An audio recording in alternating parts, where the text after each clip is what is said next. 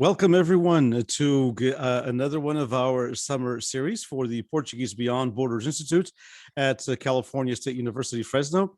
First time ever that we are doing a summer series with three different presentations. The first one, July 1st, this one today, and the next one, July 15th.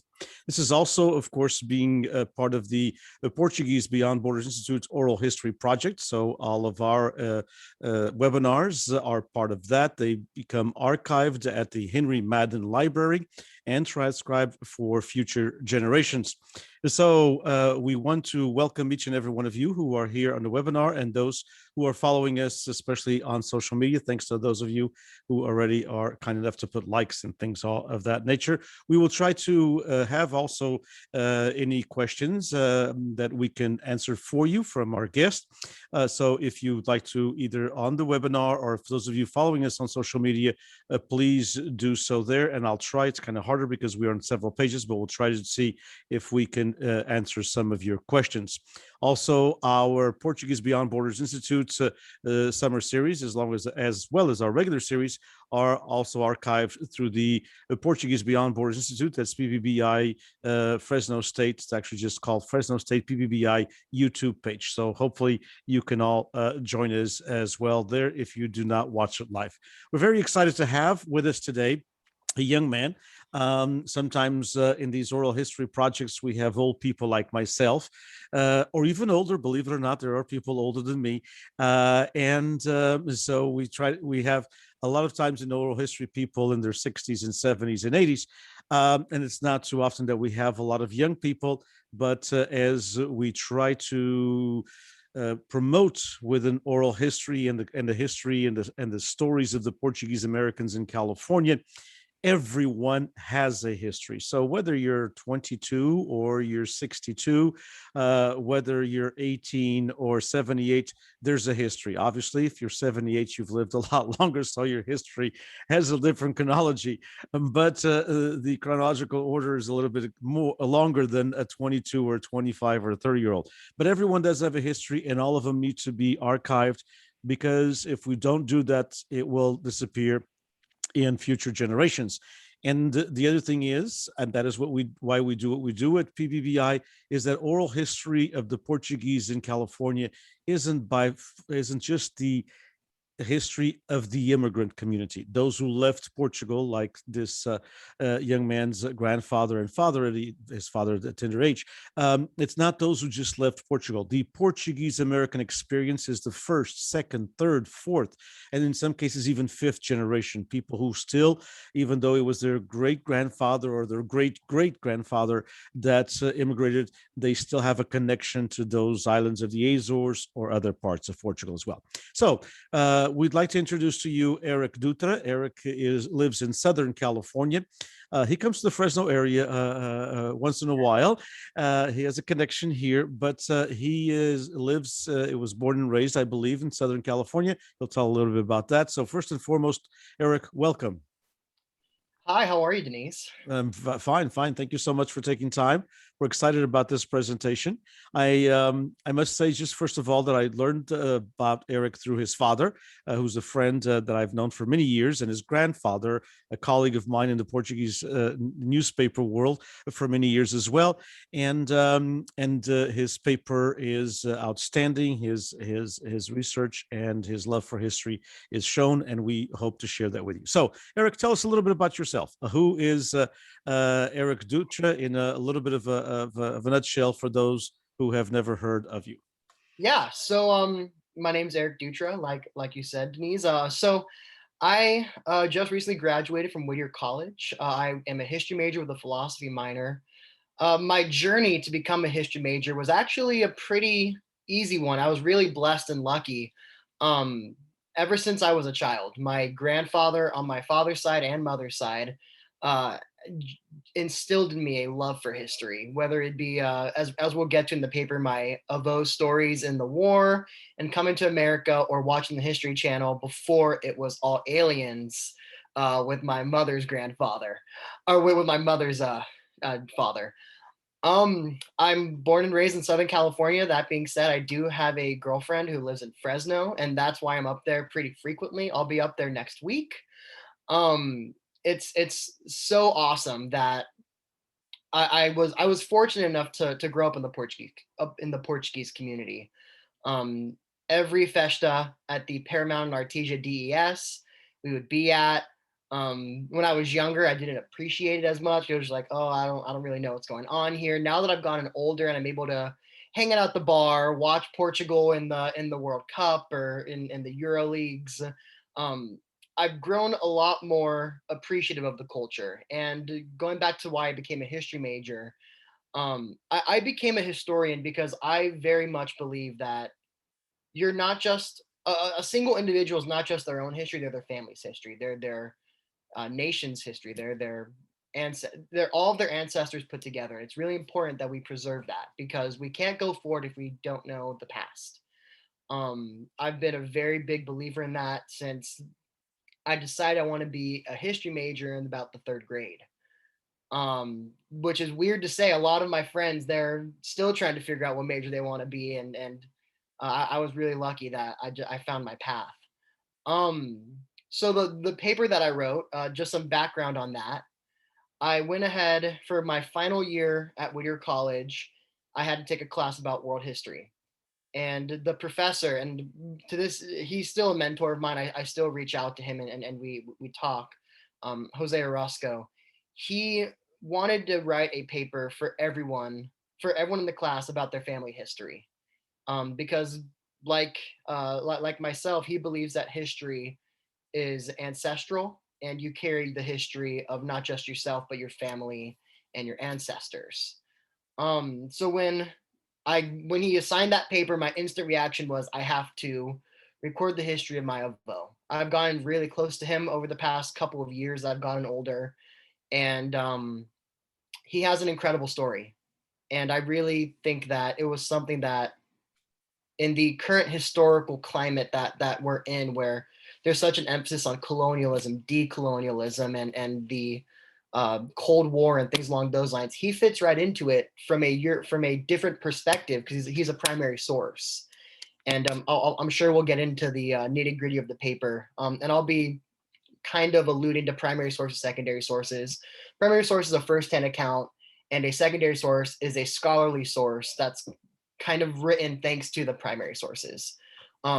Just to lay definitions out there when we get into the paper. It's a good, yeah. Thank you for doing that. I appreciate that.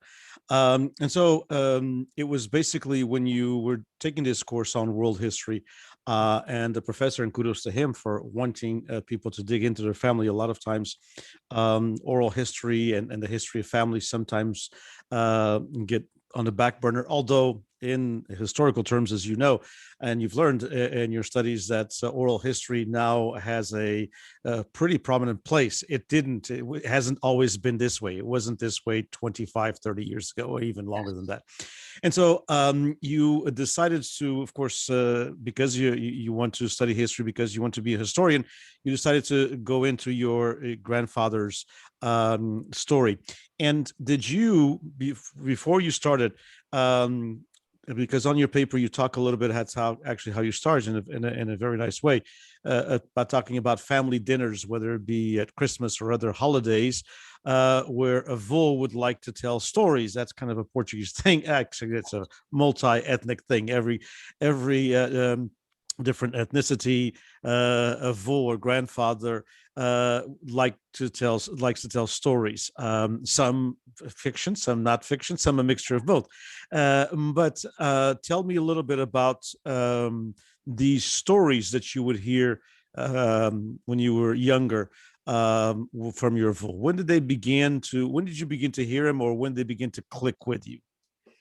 Yeah, so I've every Christmas Eve, or really every time that I would go over to to my avo's house, ever since I was born, really, since I could remember, he'd always tell stories about the Azores, about Fayal Piku, and his time in the war. Sometimes to the dismay of my grandmother, where some of my most fond memories is when my grandfather's telling a more gory story, and Avaz going, I, just like trying to get him to be quiet.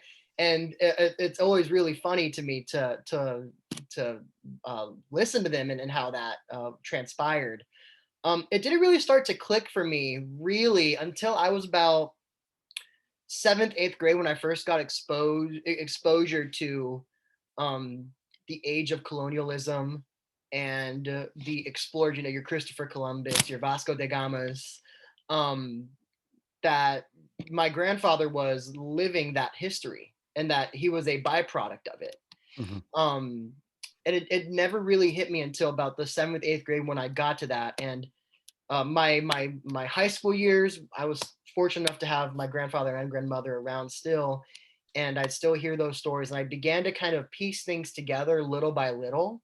Um, and inside conversations with my dad, you know, I started the paper with a quote from my dad, which I really think summarized the entire paper, especially after interviewing my grandfather and talking to him about it. And I'll just quickly read it to you. Um, Yes, please. Africa was equivalent to the effect Vietnam had on America. The public and the army did not want to be there, and it was a lost cause.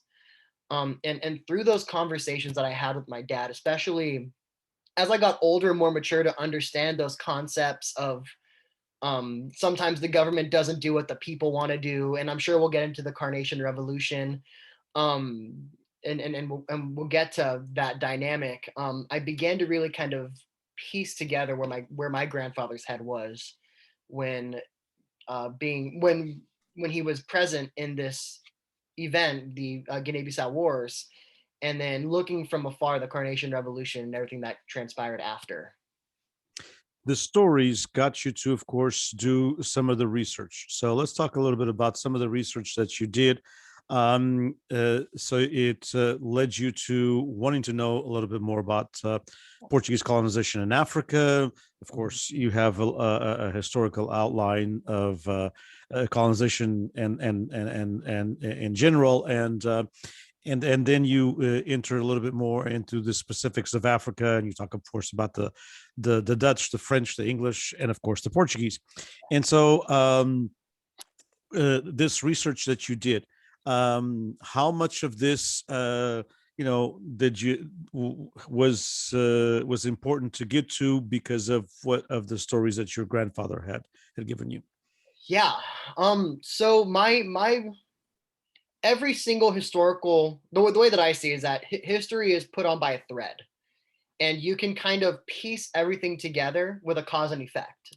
So the effect, in my mind, when I started to do the research, after 3 years of intensive courses and then my own research as a high school student and in college, the effect of colonialism was the Guinea-Bissau Wars, the wars in Angola and Mozambique as well. But I really wanted to, in my paper, get to the cause of why my grandfather and so many people from the Azores and the mainland were in Africa. Because I really wanted to tell a complete story. The history of Portugal in Africa doesn't just encompass that small subsection of the world. Sure. It really encompasses the entire world because it wasn't just the Portuguese in Africa. It was the Dutch. It was the French. It was the English. And when we get into the 20th century, we had the Chinese, we had the Cubans in Africa trying to gain it. We had the Americans. Everyone was trying to gain influence in this one continent, this one space. And I really wanted to get to the root of it. I talk about in my paper that a lot of history is Eurocentric, Mhm. and Eurocentric centric is center, Euro-European.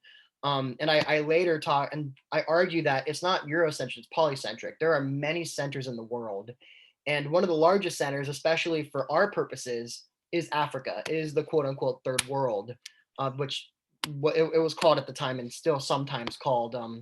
It's a really important area of history that need to be shared. And I really wanted to get back to the root of it. And the Vasco da Gama's voyage down Africa into India to get that route is really where I began the paper, because that's where it all began. Right. And so, as you did your research, what findings surprised you, and what findings, tell us a little bit about the trajectory of the research as you compare it, of course, and based on what your grandfather stories. But we'll get to your grandfather stories in a little bit. I wanted you to tell me to kind of give us a little bit of a narrative of some of the research that you did that gave you what the tools that you needed, of course, to write the paper, the tools that you needed to base upon your thesis of what you were writing. Yeah, and I this is where you and me first connected, where we would Zoom and talk via email about resources, because I was really struggling to find solid information about the war and about Portuguese history, because Portuguese history sometimes gets lumped in with French and English history because those are the quote unquote larger empires.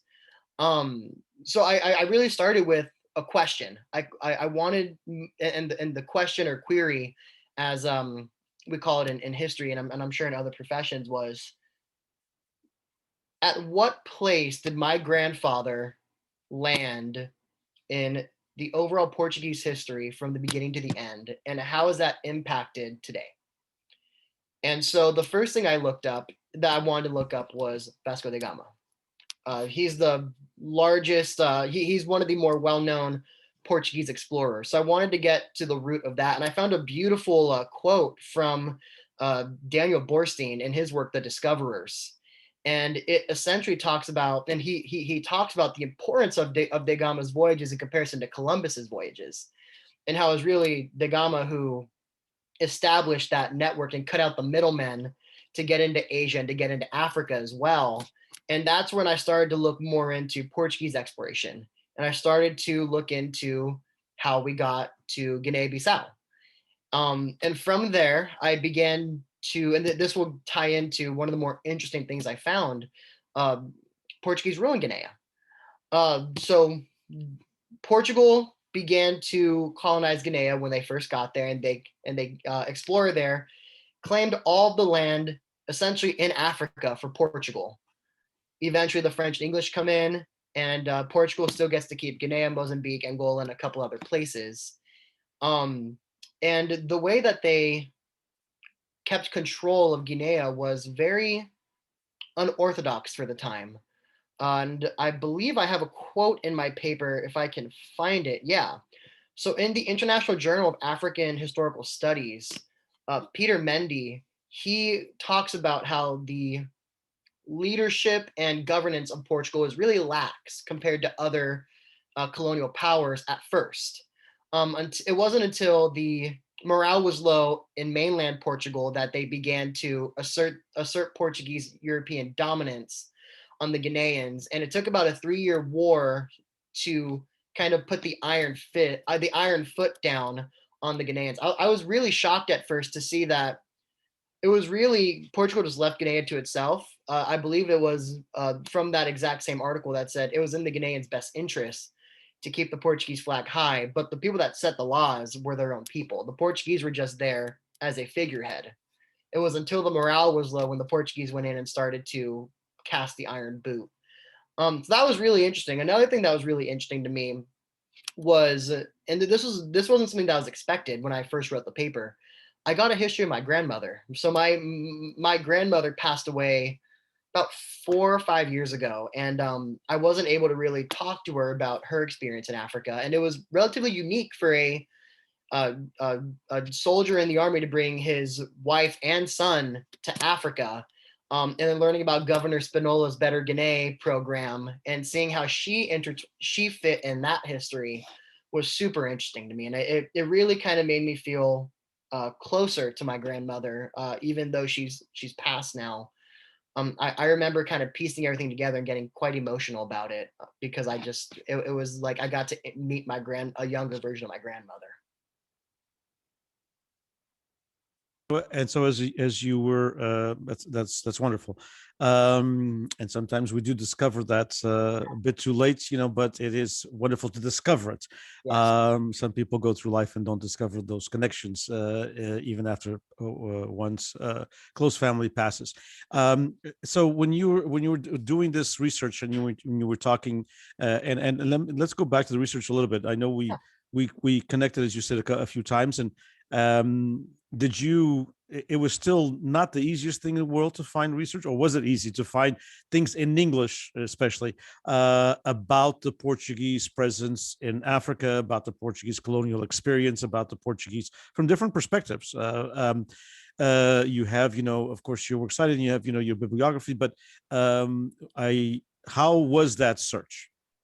It was really challenging actually. I was really getting frustrated because you know my specialty in history is 20th century history and the Cold War. There's a lot of history on that. I could go on Google, I could go on any scholarly journal website, just type in the Cold War and I'll get a million different articles. Portuguese colonization, to get in English, it was a lot harder. There was maybe and getting the specific history that I was interested in, the Guinea-Bissau, the history about Amaral Cabral, Mm-hmm. and and the history like Farim, a little village on the border of Senegal, and trying to get history like that because I wanted to get as detailed as possible it was really challenging, and I really had to work extra hard, especially at night when I'm usually wanting to FaceTime my girlfriend or have dinner with my family. I was really struggling to find those papers, and I had to put the extra hours in to really immerse myself in histories that weren't necessarily part of the Portuguese history, but there were subsections that were talking about it. And trying to piece a puzzle together without all the puzzle pieces was really challenging. But eventually, I was able to compile a lot. I think a pretty decent list of oral histories and secondary sources to really complete the paper in a correct manner. It was a lot easier to find early, like the age of exploration and the um, Portuguese early colonization into Guinea. Finding the later history was a lot more challenging. Tell us a little bit what you found about Amilcar Cabral, who was the leader of the so-called freedom fighters at the time. I mean, there was all kinds of names, Yeah. from names that were kind of define who they were to other names who were a little bit Yeah. more pejorative. Some of them were overly excited about, but he was the leader of the movement Yes. to basically get independence for what is now called Guinea-Bissau. At that time, was just called Guinea. Mhm. And for our listeners, of course, as many of you, if you know, that there was the provinces, but the war was basically, as Eric says in his paper, in three of those five colonies that are now five independent countries, and that was Guinea-Bissau, Mozambique, and Angola, and they were all three pretty bloody events. But Guinea was one of was a indeed a tough place as well. So tell us a little bit what you found about him, the leader of that movement. Yeah, and before I get to it, really funny when I was talking to Avo about Guinea and how bloody it was. He was actually wearing that as a interesting, not badge of honor, but he was proud to say that he fought in the bloodiest part of the war.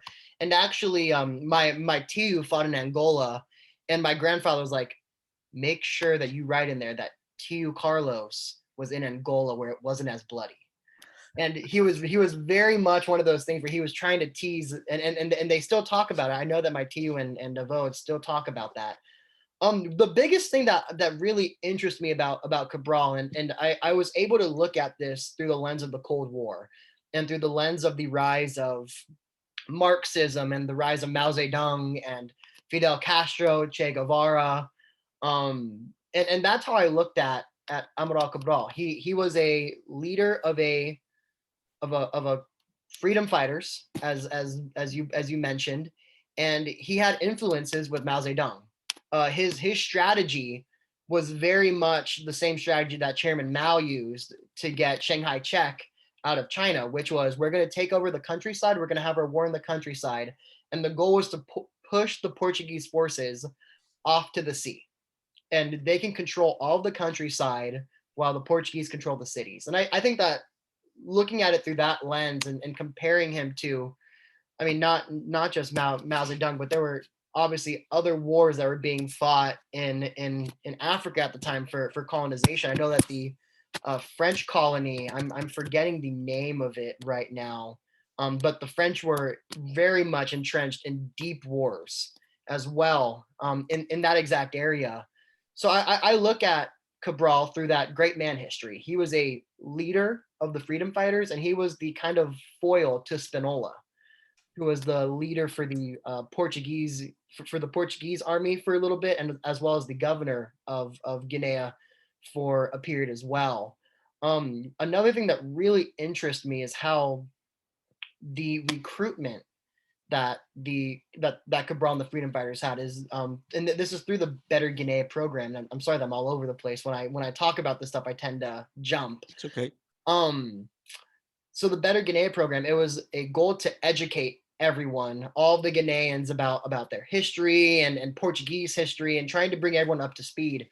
That didn't work so well in some cases for Spinola, because that just made Cabral's forces very educated and very smart about strategy and very smart about how to win more people over. And he used that to his advantage. He was a very smart tactician. So that was the biggest thing that I admired, his tactics. And unlike a lot of countries that were fighting for independence, Cabral was willing to get the help from everyone. During the Cold War, you had a split between Mao and the Chinese form of communism under Chairman Mao, and you had the form of communism and Marxism under Russia, under the USSR, Uh-huh. which was Stalin, Brezhnev, and other Soviet leaders. And there was a real split there. Cabral was willing to take anyone's help. A lot of the other countries, for example, Cuba, they were very much, I am a Soviet Marxist. Cabral didn't care about that. He only cared about the greater cause of the workers of the world uniting and overthrowing the colonial power. So that was one that really caught my eye when analyzing Cabral's history. So he had, and from your perspective, I mean, he had he was a little bit more open-minded Yes. and not allegiance to just one section. He was more into his cause, which was, of course, he was a Marxist, which was Marxism, but at the same time, the independence of his area, of his country. Yeah, and I really think of it as it's kind of a Machiavellian, the ends justify the means. And the means was a united and a free Guinea-Bissau. And he was willing to use any means to that end. He was willing to go get Russian weapons and use Mao's strategy. He was willing to get support from the Cubans. He was willing to get support from anyone that was going to listen and believe in the Guinea concept. And I really think that a lot of these freedom fighters and Marxist leaders, they believed in the concept, and that really drove them to be more charismatic and really just rooted in what they believe in, because they were fighting for a concept and they were fighting for a philosophy, kind of like what we have in America. I know that Margaret Thatcher, she talks about how America wasn't united by history, they were united by philosophy. And that's kind of what I think about when I think about a Marxist revolution or freedom fighters. They're united by a philosophy of freedom, and freedom meant something real to them. And that really kind of spoke to me when really digging into not just Cabral, but Mao Zedong and all these different other Marxist leaders that came, Che Guevara, that came up at the time. Okay, let's transition now to the oral history and the history of the man of the hour here, which was your grandfather and your grandmother.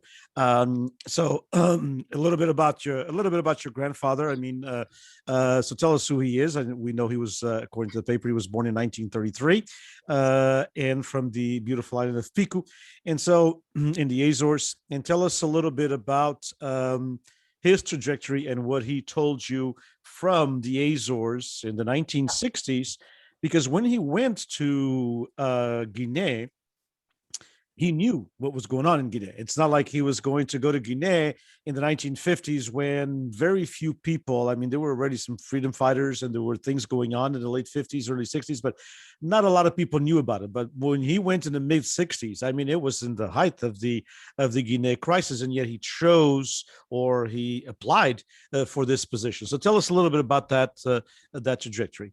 Yeah, 100%. So, for Fernando Dutra Senior, my dad is also Fernando Dutra, but he's junior.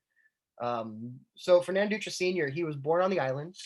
At the time, there was obviously no technology. The Azores were kind of the um, I don't want to say the place that technology forgot, but there wasn't a lot of technology there. And Avo really wanted to learn how to be a technician. He really enjoyed getting involved in mechanics. He really wanted to learn how to do that. And he knew he wasn't going to get that on the island.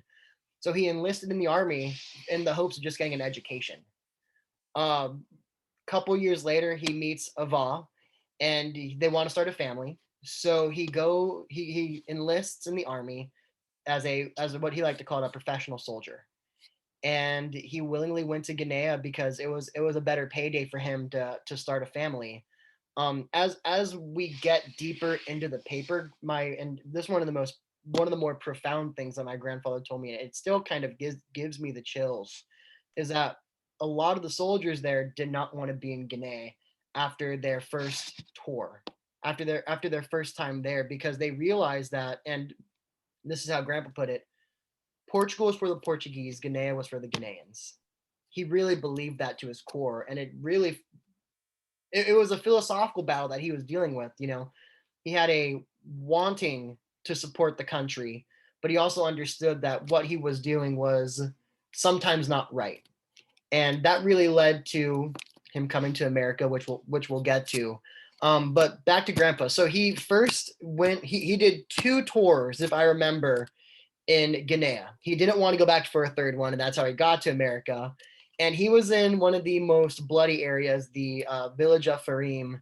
And him and his men would pretty much go from village to village, establishing Portuguese rule, start establishing missionaries, establishing churches, and just trying to keep support alive there for the Portuguese cause, for the flag.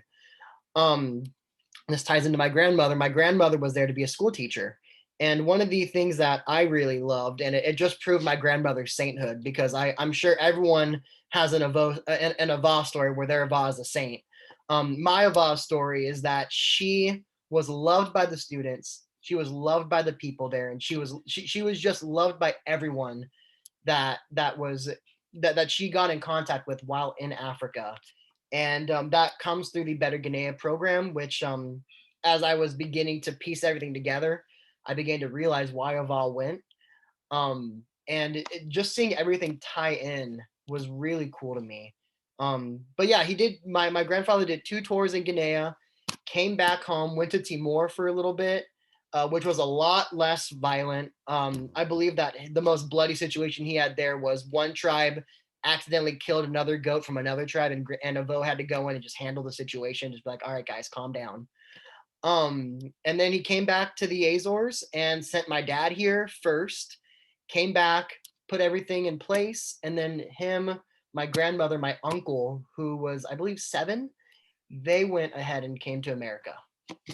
So, first of all, it's interesting to reiterate what you said, that your grandfather was not drafted. So most of, not most, I would say certainly most, because it's not all of them, as your grandfather proved, but a great majority, and I'm not going to even predict, but a great majority of those fighting in the what we called at the time overseas wars, ultramar, the most of those wars, whether it be in Angola, Mozambique, or Guinea, were drafted. When you were 18, you went into the army.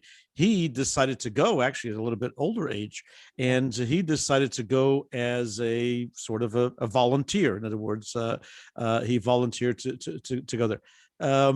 Did he talk to you, and of course for the paper, but not in, and also throughout the other conversations?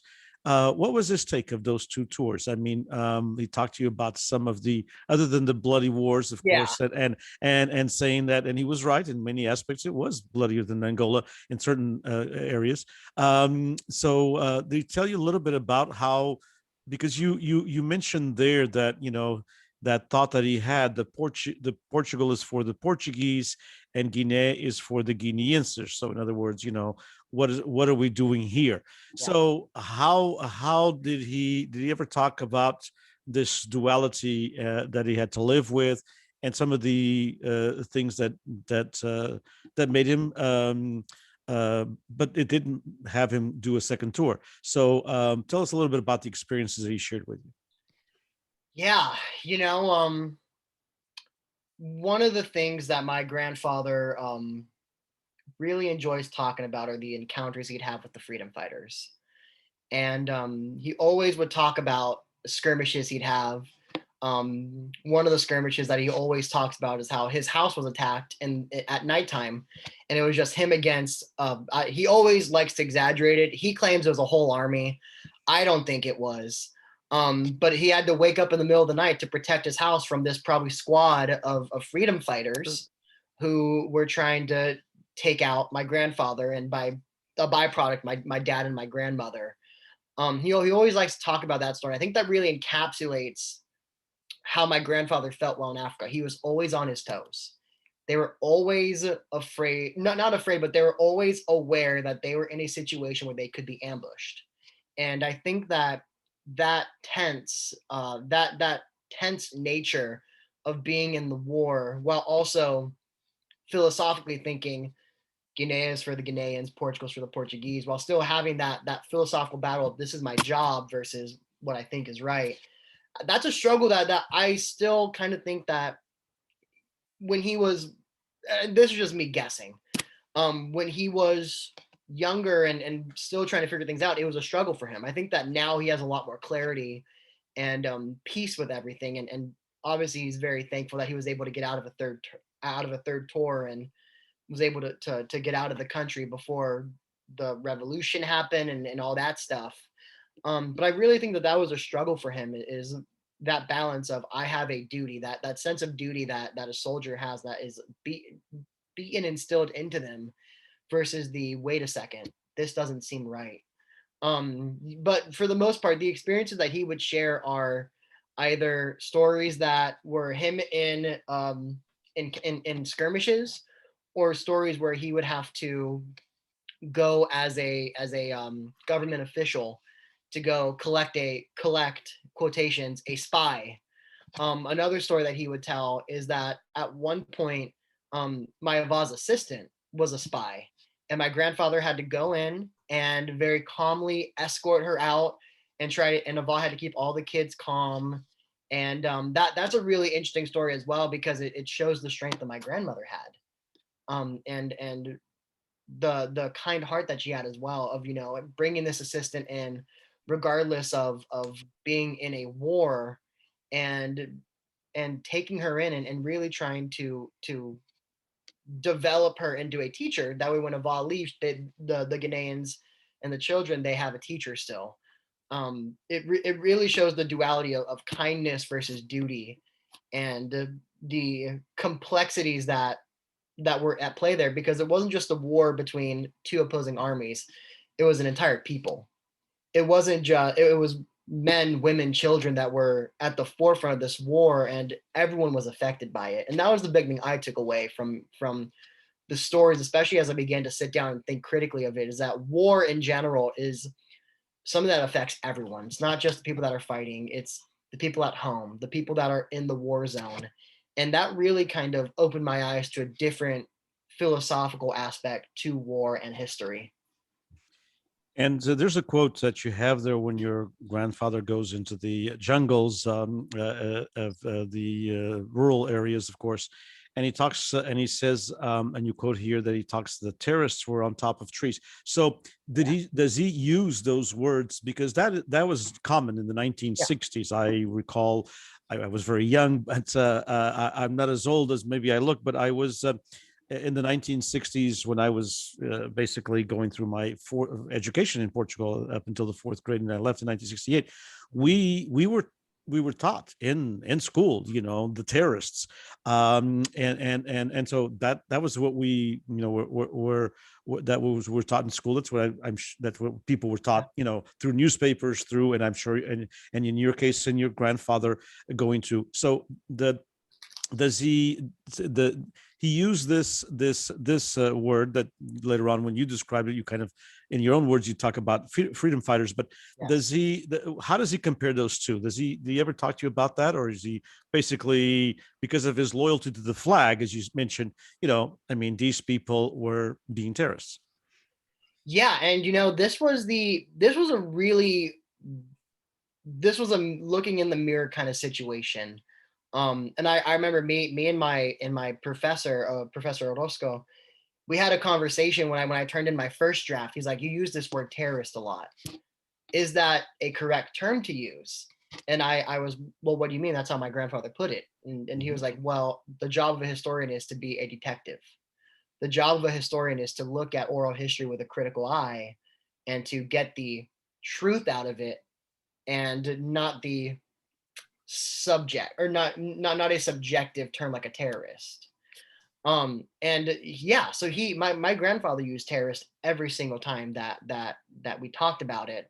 And even to the extent that, well, my dad was there. My dad would use freedom. My dad would mix between freedom fighter and terrorist, which was a really interesting dynamic because my dad's obviously bilingual. So it's the Portuguese side saying terrorist, but the potentially American side that gets to look away from the situation and the war sees as a freedom fighter.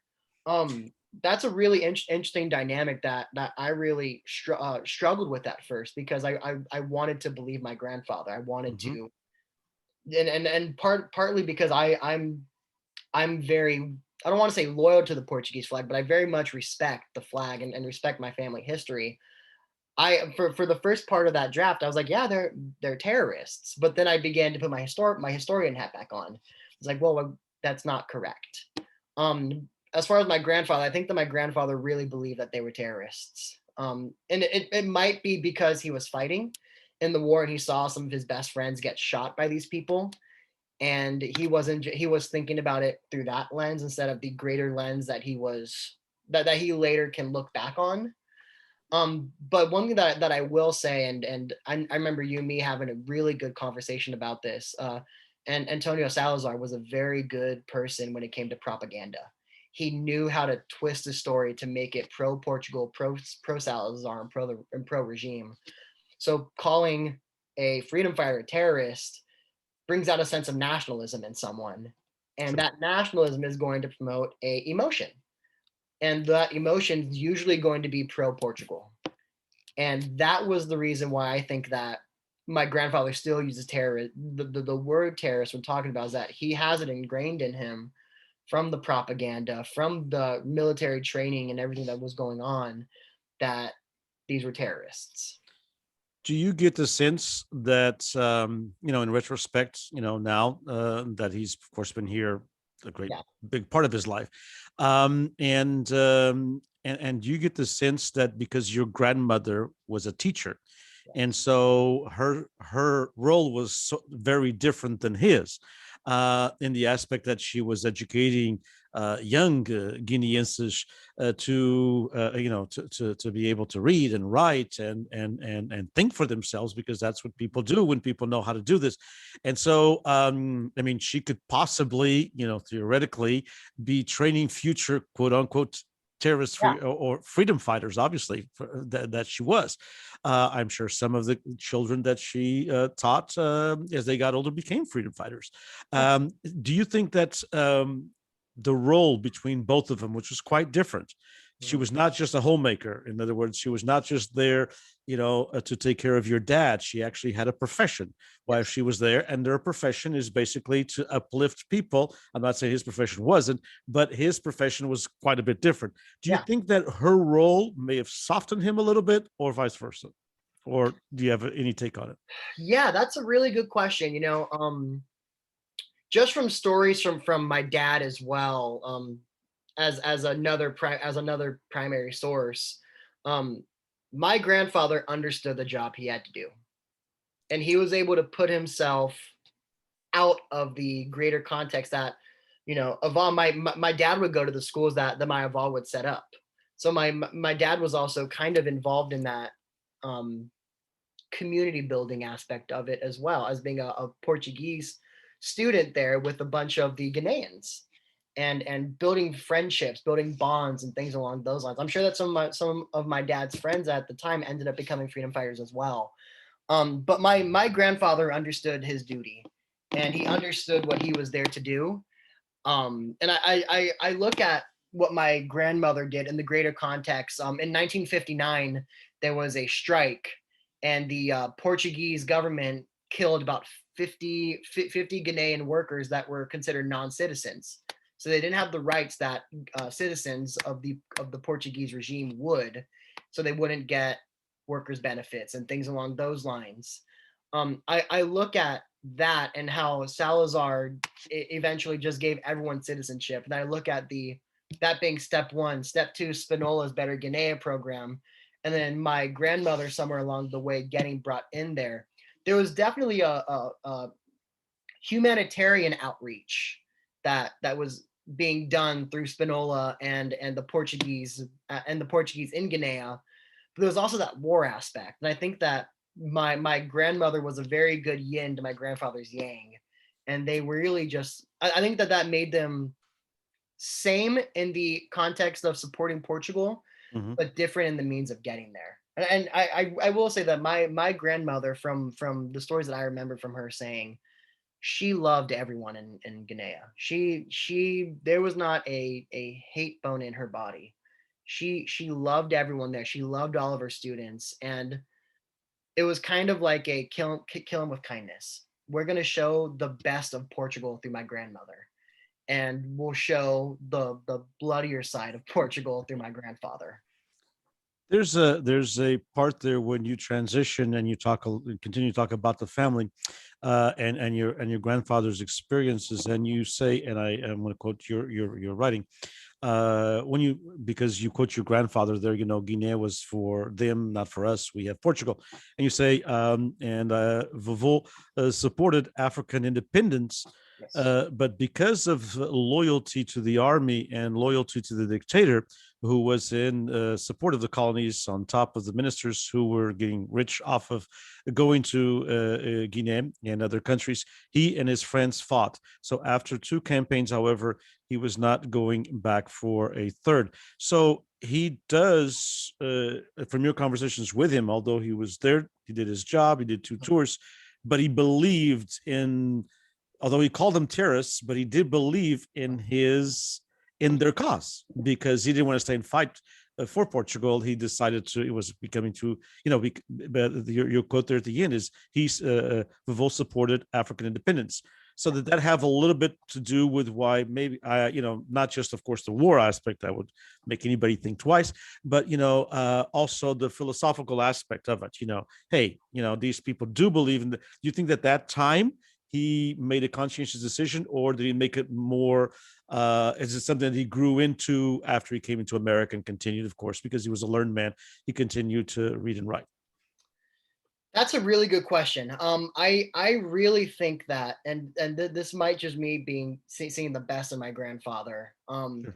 I really think that he understood that Guinea was for the Guineans and Portugal was for the Portuguese. When I lead up to the Carnation Revolution, I talk a lot about that. That was kind of the mood in the army at the time before the coup. My grandfather talks about how there were talks of coup since 1959, and Mhm. how people just really did not want to be in Guinea because they saw that all these other countries were gaining independence, and they began to see that each each colony deserves their own sovereignty. So I really think that Avo saw the bloodiness of the war, saw that it wasn't a quote unquote just war for the on the Portuguese side to fight in, and that really led to him leaving Portugal and coming to America, so that he didn't have to go back. And I think that it was very admirable of him, because I feel like, and he talks about this, that he wishes he was there in Portugal for the revolution, to be with his friends, to see Portugal become free from a regime, from an oppressive regime, that forced him into a second tour, and all of his friends into second and third tours. I really think that it was not just him seeing the bloodiness of the war, it was him wanting Guinea to be free, wanting Angola to be free, and wanting Mozambique to be free as a people and as a nation. Indeed, because you mentioned something right at when we began our conversation, Eric, in talking about your vote.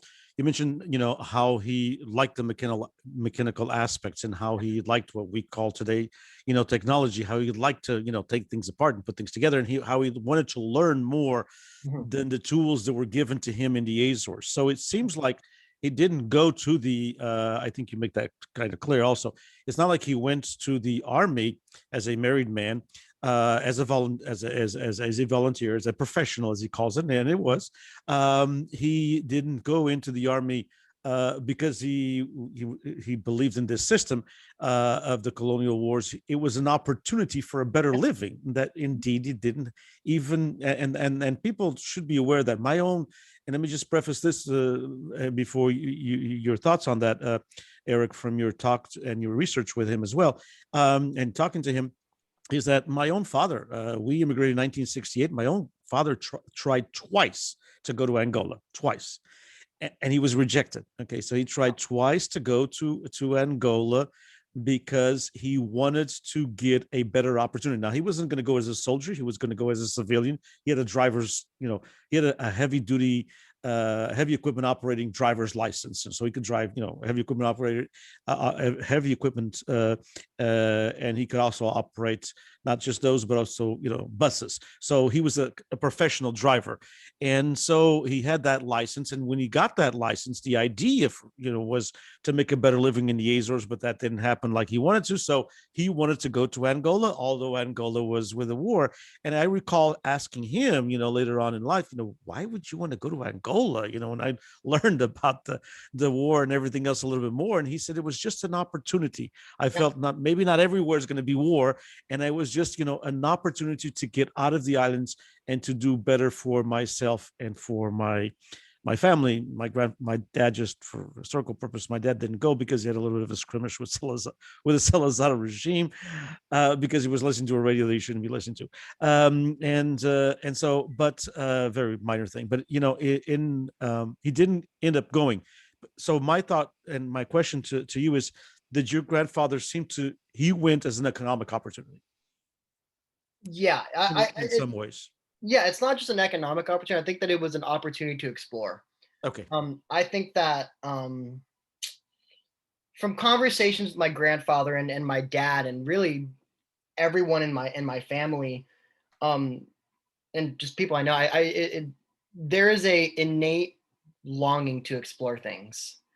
And joining the army, going to the mainland, something that was a privilege for people on the Azores to do, to go to Lisbon and to go to the mainland. That was a very privileged thing to do at the time, and that was a very big driving force. Is he wanted to see the capital, he wanted to become a mechanic, and he wanted to make a better life for himself. So I think that it's a three-pronged approach to why my grandfather ended up joining the army and wanting to eventually get out of the army because he had a longing to explore a new place, and he feel like he got his he got his for lack of a better term fix of exploration in Portugal. Indeed. I wanted to transition a little bit to your father. You talked a little bit about him in the paper as well. He came as a young man, from, of course, lived in Guinea, had the experience as a young child. You have this, and I'm going to quote what you wrote again. As a child moving to a war zone, my father was taught how to defend himself and became very independent person at a young age, and was taught the ideals of anti-racism and equality through his experiences in Africa very quickly. Elaborate a little bit on that. How did you come to that conclusion? Yeah, well, me first off, my dad is one of my biggest supporters and one of my biggest heroes. I adore him, and I really think that being a colonizer in a colonized colony, for Mm-hmm. I guess, you learn a lot about yourself.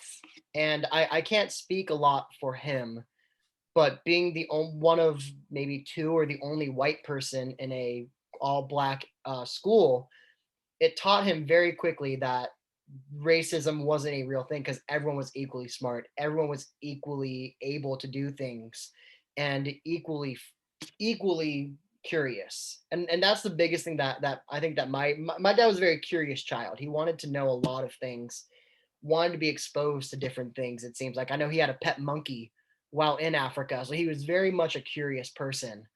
Um, and I think that that experience in Africa really helped shape him as a human being because he believed in those things. Some of his best friends and all of his friends in Guinea were black, and he didn't see himself as a white person in a black area. He just saw himself as a person living in a different country. He understood the situation that he was in with being the son of a sergeant in the army, fighting these probably some of these kids' parents, but didn't stop him from being friends with everyone and immersing himself in that culture. I also think that my dad very much prescribed to the idea that, and we talked about this because and it was one of the things that really shocked me that I should have mentioned. There was an anti-racism policy in the army. They didn't want to be having the soldiers torture regular citizens, because at the end of the day they were there to protect the citizens, so why would they want to attack them? So there was a relatively anti-racist, I don't want to say throughout the entire army because obviously there was racist acts done, but there was a policy that my grandfather spoke about where you couldn't be racist, you couldn't do things to regular civilians that weren't in the war. And that really kind of set the tone for my dad and all the other Portuguese kids that were there, in Guinea, and I'm sure Angola and Mozambique. Mhm. And let's transition a little bit to, we only have a few more minutes, but let's transition a little bit to the to your, again now to you, to the secondary sources, the sources that are not your family history. And because in your paper, then you make the transition to how decolonization began for Portugal, and a little bit about the Carnation Revolution. First of all, how did you see that Carnation Revolution? It's one of those things that, most Portuguese, when you introduced yourself, you talked a little bit about the festas, being from Southern Yeah. California, of course, Artesia, Fairmont, and some of the other areas as well. Chino a little bit more inward from the LA area. But I would venture to say, if we talk to a lot of young people today, in their 20s or 30s, unless they're no are history buffs, even if they're not historians from a formal aspect, very few of them know, because in lots of communities and lots of homes in our communities, we don't talk about the Carnation Revolution. And I encountered that when I was teaching at high school. I would ask my students, and a lot of them said, "Well, I've never heard of it." Of course, you have probably heard of it at home. It wasn't news to you when you started reading and studying history because of your grandfather's experience and your dad's experience there. But tell me a little bit about your perspective on the Carnation Revolution and what you have found through your research that brought it in also to the family aspect. Yeah, so my mom, or I don't know, my dad and my grandfather and my entire family, they were not in Portugal for the revolution. The revolution happened in 74, and if I remember correctly, they came to America in 71. So they weren't here. They saw it from afar. And I'm obviously I wasn't alive at the time, but I feel like I was able to see the Carnation Revolution from afar as well through my own lens. And as a historian that is fascinated with the Cold War, Marxism, things along those lines, I'm very prone to bloody revolutions. And the Carnation Revolution is one of the only bloodless revolutions in the history of the world. It's very rare a historian gets to say history of the world. But in this case, where I'm able to say that, I'm really proud of that. I believe that um, one of the quotes I have in my paper talks about it being a romantic revolution, Mhm. and listening to and reading the stories of how the revolution happened and how this lady went ahead and put roses in all of the rifles of the soldiers that were going to go take over the capital. The Carnations, yes. Yeah, yeah, The Carnations. the carnations. And it was just really fascinating for me to watch, for me to process, for me to kind of watch as I go from point A to point B. Caetano first Salazar leaves, and it's Caetano, and then Spinoli eventually takes over, and then the all the factions that were in between how we got to our end. It was just super interesting for me to understand it. And then to know that my grandfather, one of the things he was really adamant about is that he part of him wishes that he was there to be with his friends and comrades, to take back Portugal for the people. But he understood, and a big theme in my family is duty. He had a duty to be a father, and he had a duty to become an American citizen. And he knew that Portugal wasn't for him anymore. America was for him and his family. So the revolution had a really deep impact on me, just on the fact that it was bloodless, and I'm not used to reading about a revolution being bloodless and being romantic in a sense. And so, when he, of course, his decision to come to America, not to do a third tour of duty in Guinea, what was his feeling about? And you talk a little bit about that in your paper in the last couple of pages. What was his feeling, and what has he communicated to you and your father as well? Because he was younger, but that's a little bit different. How does he talk about his adaptation to America? Did he ever talk about that? Was it an easy Oh, process? Did he? I mean, you have some writing here where you say that he was. That he liked it, that he was, became an American and proud of what he does here and his life here. But did he tell you a little bit about that process? yeah. So he didn't tell me. When me and my dad talked, he talked about the family experience. So my dad came to America before Ava and Uncle Reuben. Um, he was able to, quote unquote, he had his own struggles, obviously not knowing how to say where's the bathroom on his first day of class and things along those lines. And I think that their experience really summarizes the immigrants' experience as an immigrant in America, that speaks a different language. They were up at night after work learning the English language. Dad would quiz them. I vividly remember that my grandfather saying that one of the proudest days of his life was becoming an American citizen. And that's same with my dad, same with my grandmother, same with my uncle.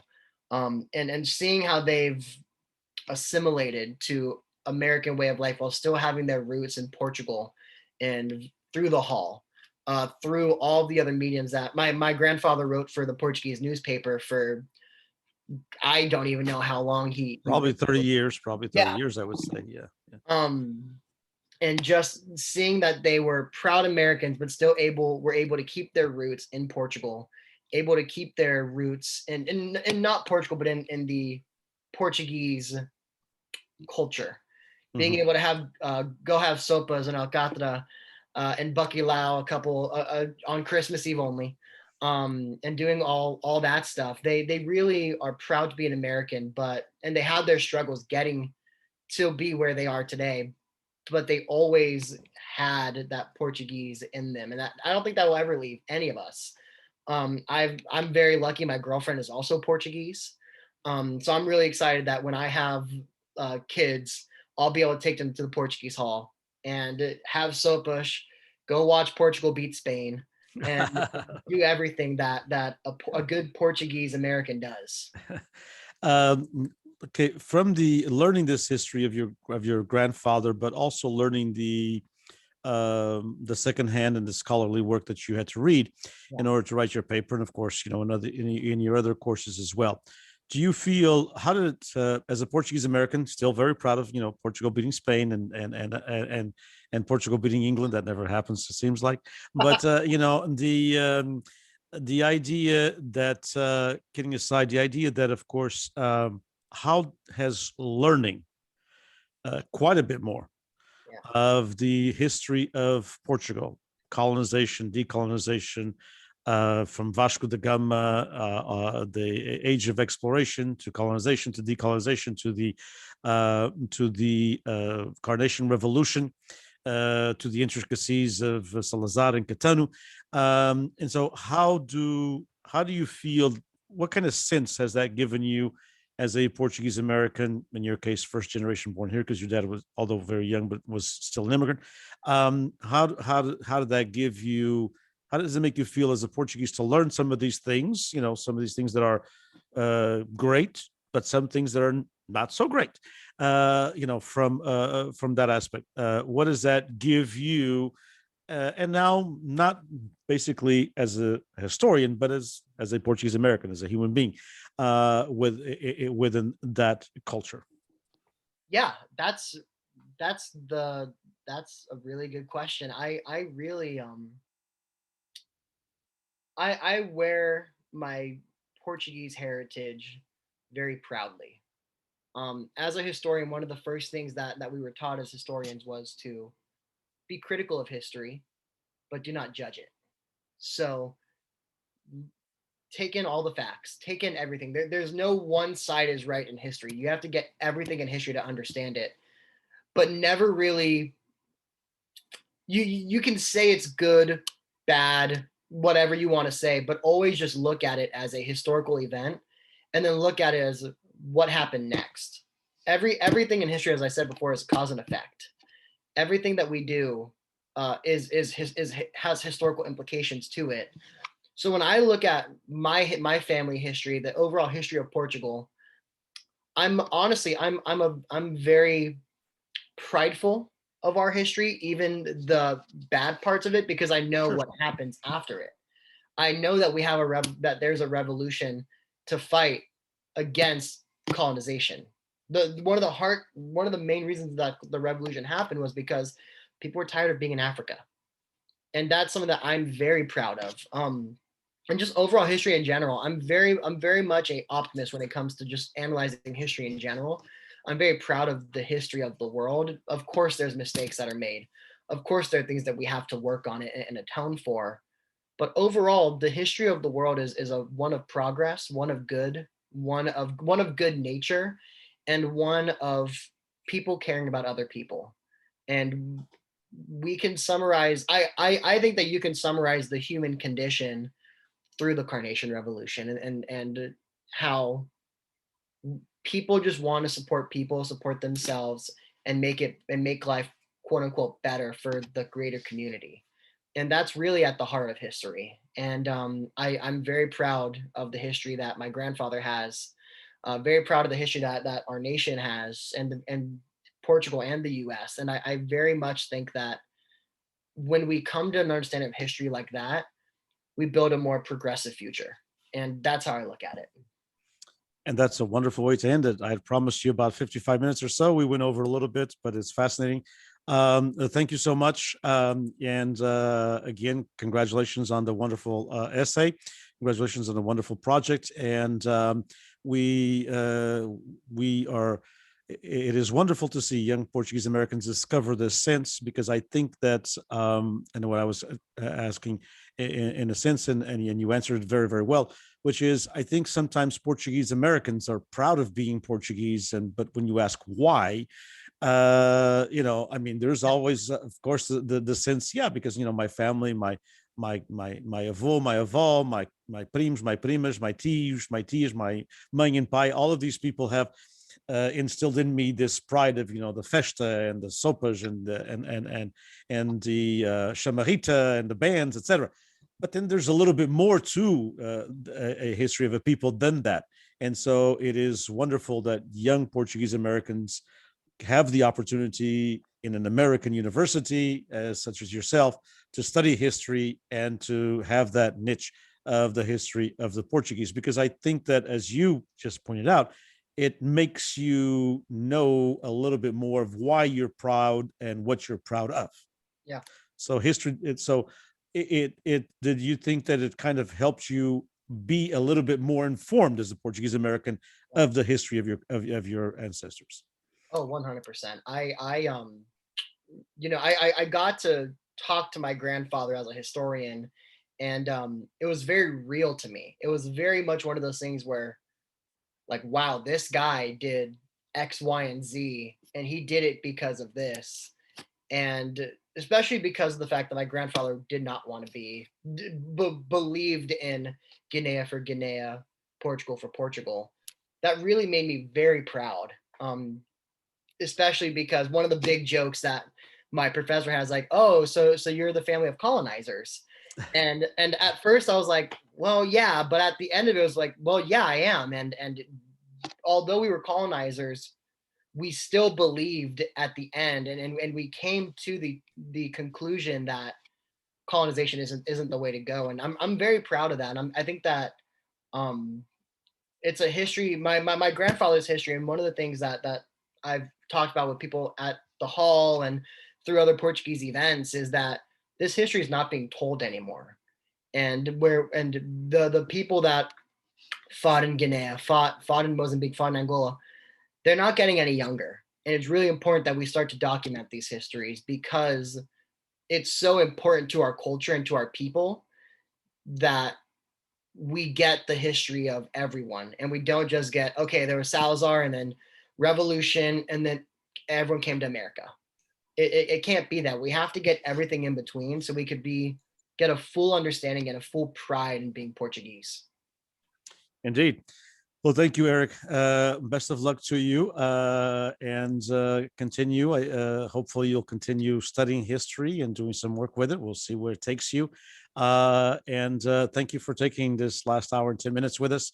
And again, the Portuguese-American community should and is, I'm sure, very, very proud of your work as a historian, very, very proud of your work tying in the family history, the oral part of history, with the history that's in the history books, and bringing it all together. So again, thank you so much. Appreciate it. And my best to you, and of course your connection to Fresno is to the Central Valley as well, and to your girlfriend, and to your parents and your grandfather, who I've known for a very long time and admire as a person. And so thank you, and thanks to all of you who are following us. Thanks to some of the nice comments. Very enjoyable, Eric. As an academic, it's always wonderful to see young scholars. Keep up the good work. Deb is really an outstanding academic herself. And so thank you again, Eric. Thanks to all of you for joining us. And again, the Portuguese Beyond Borders Institute is here for the Portuguese American experience and the Portuguese legacy in the state of California. Take care, everyone. Good night.